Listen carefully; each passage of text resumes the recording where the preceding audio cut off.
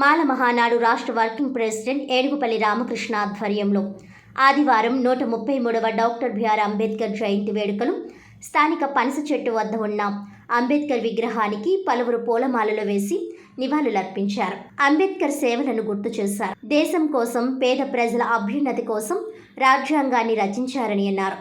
ముఖ్య అతిథిగా పాల్గొన్న రాజమండ్రి వైఎస్ఆర్ పార్టీ అసెంబ్లీ అభ్యర్థి మార్గాని భరత్రాం మాట్లాడుతూ రాజ్యాంగాన్ని రచించిన మహనీయుడు డాక్టర్ బాబాసాహెబ్ అంబేద్కర్ అని కొనియాడారు. అప్పట్లో అంబేద్కర్ అయినా సరే పేదల కోసం రాజ్యాంగాన్ని రచించి అందరి హృదయాల్లో చిరస్మరణీయంగా నిలిచిపోయారని అన్నారు. అనంతరం అన్నదాన కార్యక్రమం జరిగింది. ఈ కార్యక్రమంలో పంతం చారిటబుల్ ట్రస్ట్ చైర్మన్ పంతం కొండలరావు, కొంకి రమేష్, ఎన్వి శ్రీనివాస్, మార్గాని సురేష్, పీతా రామకృష్ణ, వి తేజ, దుర్గబాబు, ప్రకాష్, టి సత్యబాబు తదితరులు పాల్గొన్నారు.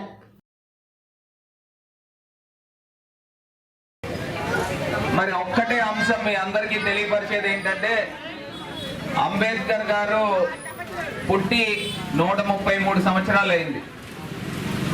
ఇవాళ అన్న రోజుకి కూడా సమాజంలో కుల వివక్ష ఉంది. ఎవరు అవునన్నా కాదన్నా, ఈ ఫలానా వాడు ఈ కులం రా, ఆ ఫలానా వాడు ఆ కులం రా అని ఇవాళ అన్న రోజుకి కూడా వివక్ష చూపిస్తూ ఉన్నారు. మరి ఇవాళన్న రోజుకి వివక్ష ఉంటే 100 ఏళ్ల క్రితం ఆయన పుట్టినప్పుడు, ఆయన చదువుకునే రోజుల్లో ఈ బడుగు బలహీన వర్గాల, దళిత వర్గాల్ని ఒక మూల కూర్చోబెట్టేవారు, మిగతా వాళ్ళందరినీ ఒక దిక్కున కూర్చోబెట్టేవారు. కొండలో నీళ్లు తాగాలని అంటే బయట కొండలో నీళ్లు తాగేవారు. ఇంత వివక్ష ఆ రోజుల్లో ఉండేది.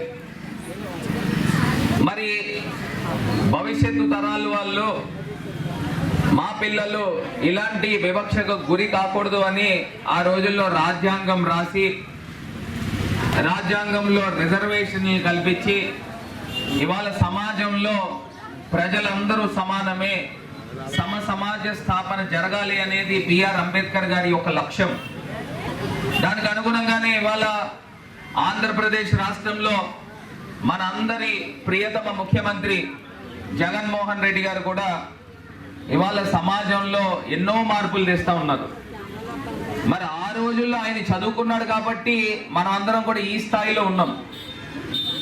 ఆ రోజుల్లో బిఆర్ అంబేద్కర్ గారు చదువుకుని ఉండకపోయి ఉంటే ఇవాళ పరిస్థితులు ఏ రకంగా ఉండేది ఒక్కసారి ఆలోచన చేయండి.